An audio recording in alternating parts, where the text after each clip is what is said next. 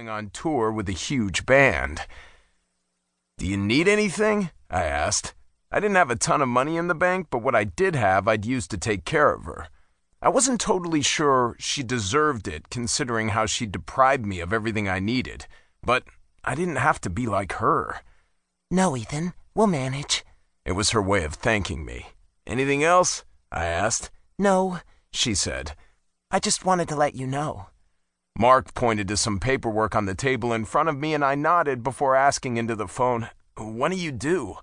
He furrowed his brow at me. "My mom," I mouthed, pointing to the phone. He raised a brow but didn't reply. "September." "Jesus, you're 4 months along already? Is that even safe for the baby since you just had Bianca?" "It's fine," I heard someone yelling in the background. "I need to go. Take care of yourself." She cut the call without an "I love you" like most moms would give their kids, but I didn't dwell on it. We'd never been the "I love you" types, but it stood out to me so much more now that I was sharing a tour bus with Mark, whose mother called him every single day. He ended every single call with those 3 words. Well, 4 words. "I love you too." He always said it back to her because she said it first. I wasn't totally convinced my mother actually did love me. I don't know if she loved anyone, to be perfectly frank. "She's pregnant again?" Mark asked when I hung up. I nodded and blew out a breath. "Yeah." "Same guy?" I trained my eyes on the paperwork and picked up a few sheets so I didn't have to look at my friend while we had this conversation.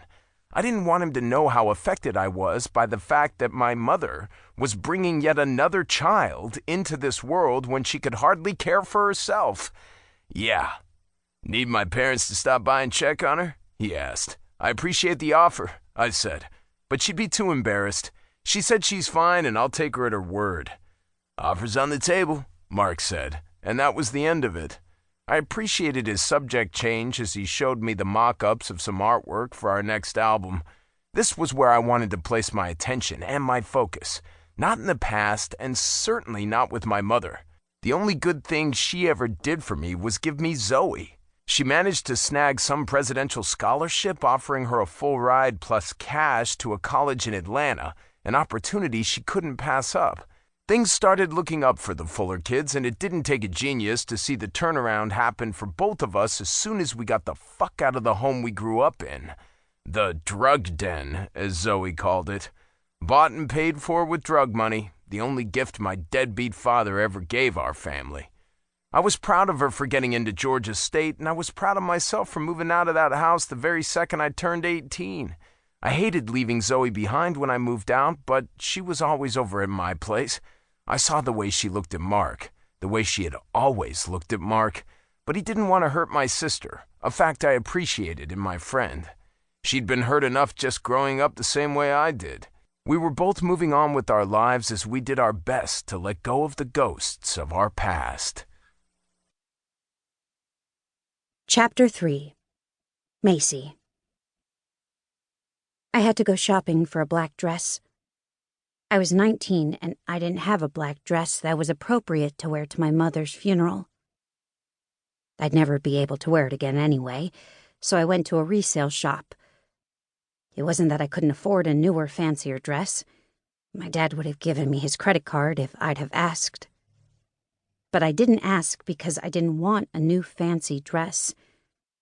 I wanted a garment I could wear once and throw away.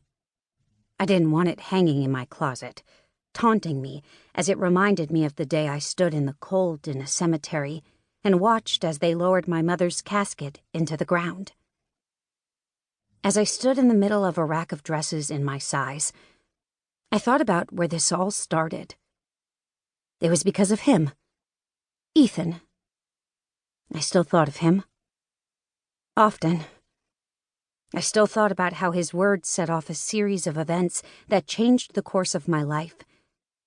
And as I looked at dresses to wear to my mother's funeral, I thought about how this all went back to him. I wasn't sweet little Danny Main anymore on the outside. I looked different. I even felt different. But on the inside, I still had that innocence about me despite my best efforts to eradicate it. As I stood in a resale shop, though, that was when...